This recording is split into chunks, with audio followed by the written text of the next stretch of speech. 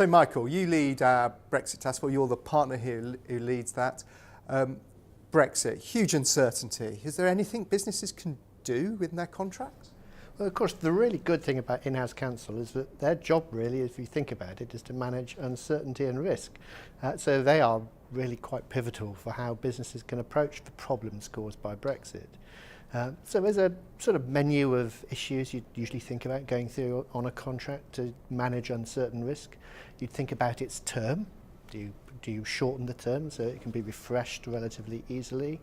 You'd think about exit. Can you get out if certain bad things happen, particularly if the impact of Brexit is particularly bad? You'd think about pricing mechanisms because there's going to be currency volatility, so you maybe want to review the way in which you manage those kind of things. And it's not just contractual things as well. Of course, we get onto the point of currency, of course, and you've got the whole question of hedging.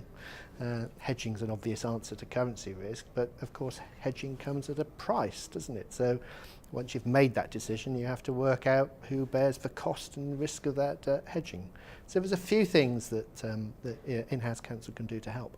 What about Brexit clauses? Can't you just shove a Brexit clause into your contracts? Well, they were all the rage. Within about one day of Brexit coming out, commercial lawyers all over the country were drafting Brexit clauses to get out if Brexit happens.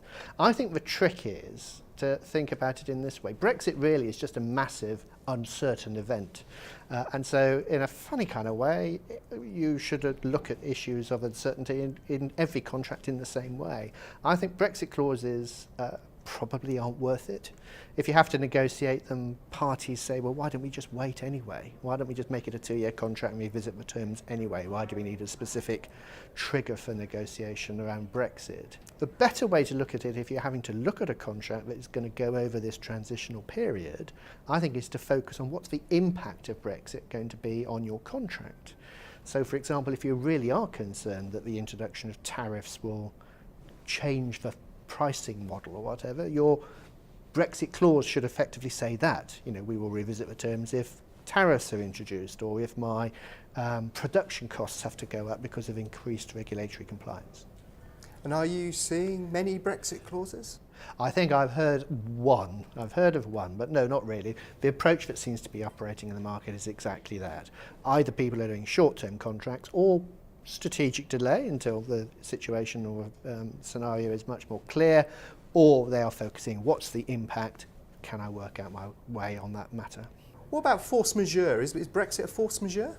Pop into the mind of most commercial lawyers, I wonder if it is, but I think there's a few things working against that as a way to get out of contracts or delay enforcements of contracts as a force majeure event. First, actually, Brexit's been knocking around for some time. I think the first time it got mentioned as an option for the referendum was 2012.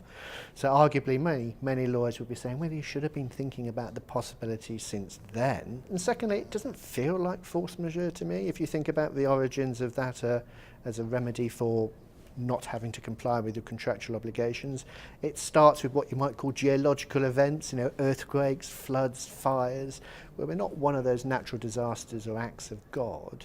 And English law since then has developed the concept that if you want to rely on force majeure, you need to specify the kind of things that you are wishing to rely on to create some kind of principle of these are the things we're looking at. Now, you're right, you could probably say some of those things are governmental, and is Brexit a governmental act?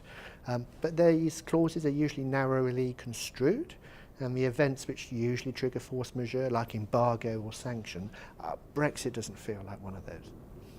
And change of law clauses, you often see those in longer term agreements. They must have a relevance, I'd imagine. Yeah, but you've got the same issues you have with negotiating a Brexit clause, which is, well, how material a change, what changes a change, why don't we just wait and see? Again, in the market, I'm not getting requests for change of law clauses. IP, intellectual property, how's that going to work in Brexit going forward? Well, I think we have to sort of look at it in two ways. So I'll just talk about, if I may, intellectual property protection, which of course at one level is not contractual, but it is worth mentioning anyway. The European patent system is not actually EU derived, it's a completely parallel system. So in itself, those involved in the patent world, life sciences, tech companies, their protection system's not particularly affected by Brexit. We've got some very interesting European issues coming down in relation to the Unified Patents Court, which may turn out to be an illegally constituted court if it's finally ratified by the UK. But that apart, we can put patents to one side. The issue in relation to patent-rich businesses is not Brexit as it relates to IP law. It's more to access to funding, and it's more about access to scientists who tend to operate on a European-wide basis rather than a national basis. In relation to trademarks, the situation is different though, because we have the community trademark and we have community designs. We're discussing there how they're going to be grandfathered, but given that the cost of trademark filing is actually so low, what's happening in the market is that European and global businesses are filing for UK marks separate from community marks in any event. So often in license and distribution agreements you have territory definitions. If it's defined as the EU, what's that going to mean? Yes, I think this is where a lot of the issues are going to be. They're going to be small, tiny things, aren't they, that are going to trip you up. But contractually, I think there's two things to focus on in relation to IP. The first is territory, and of course that's particularly important when it comes to exclusivity. Most people will want to maintain exclusivity in territories. So in your case of a license that's been granted for the EU, when the UK leaves the EU, what does that mean? And do I have exclusivity in me, if I'm the licensee, do I have exclusivity in the UK anymore? Normal contractual rules of construction would say contracts are construed as at the date on which they're signed. So of course the UK was in.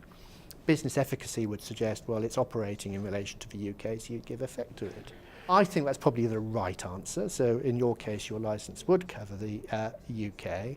But I can see someone putting up an argument saying, no, this whole thing has been framed on the concept of operating within a single market. You would have seen the IP licenses before. They're very much framed on European principles around the single market. And people might say business efficacy meant it required a single market for this agreement to operate within. So there may be reasons for undoing that. The more interesting issue is you've probably seen from time to time clauses which talk about the European Union as constituted from time to time. Yep. Good drafting, I'm sure that's what you would used to do, David. And that probably is consistent. So as the European Union shrinks, so will the territory shrink, because it will be logically consistent within the whole agreement. What I can see happening, though, inevitably, is that someone somewhere is going to have a schedule of intellectual property rights, and one of them will have a UK patent or trademark in there in relation to one of those licenses. Now, what does that mean? Because the UK right is in the schedule, but the territory shrinks with the EU, are the UK rights licensed or not? I don't know, but it'll be fun finding out. What about the regulatory side? When we've got the Great Repeal Bill that's going to sort of freeze all EU law at the time of exit, so we'll have all that raft of European regulation will continue to apply, but presumably then there's a divergence after that point. Yes, I think there's a couple of things. I think there might be a divergence in detail. I think we forget often that a lot of European regulation with which we comply, and you would have seen the drafting of many clauses, thou shalt comply with EU regulations, a lot of that actually is internationally based in any event. So in the sort of global trading world in which we live, many of the principles are just what you might call broad international trade compliance principles anyway. We can't forget about European regulation. A, it's going to be grandfathered, you're quite right, so we're going to have to comply with it in any event. B, actually, hopefully Europe's going to remain one of our biggest export markets. Well, I'm afraid you can't export unless you comply with the relevant regulations to the country in which you export. So de facto, if you want to export there, we're going to have to comply with it. What I think, though, will happen is that because we've got parliamentary control here now, one of the big themes, obviously, of Brexit is that the UK gets its right to determine its own laws, is that, yes, there is a risk of what you might call continental drift, small changes over time which will expand in difference, whereby we'll have differential regulatory frameworks in the Europe and the UK. But going back to the main point, if we want to trade with the EU, we're going to have to comply with their regulatory framework. What are you seeing then in-house lawyers and businesses doing today about their contracts in light of all of that? Yes, okay. We have to distinguish, I think, between existing contracts and new contracts. What we're seeing in relation to existing contracts is we're being asked to do audits and impact assessments. Obviously not wholesale. Many businesses are stuffed full of contracts, and there's what you might call some risk management are the ones which are really key to the business. But we're being asked to have a look at and assess the potential impact of what Brexit might have on those contracts. So you'd be looking at things like, how quickly can you exit the contract? How does pricing work, particularly in a currency volatile type environment? You'd be looking at whether you've got alternatives. Can you second source?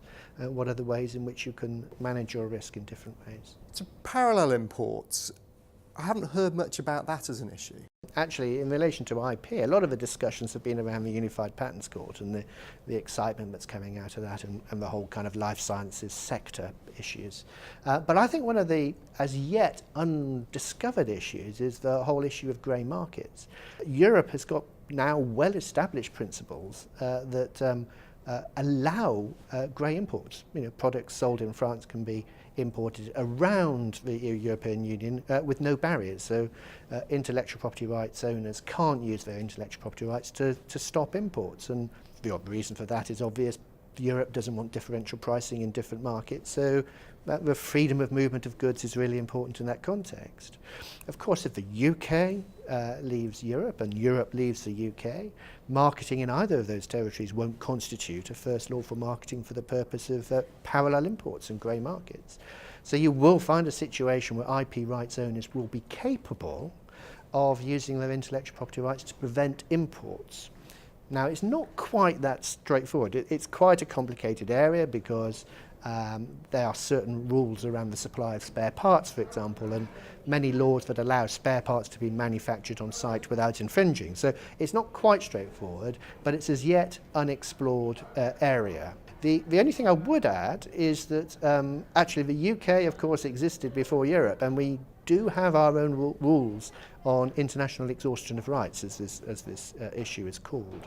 So we may have to dust off our old textbooks and go back to what old common law English principles used to say about parallel imports and international exhaustion. If we get a free trade agreement with Europe, that might have something to say on this issue as well. Absolutely, and for me it is one of the things you would absolutely want to address first up front in relation to a free trade agreement. Great, thank you, Michael.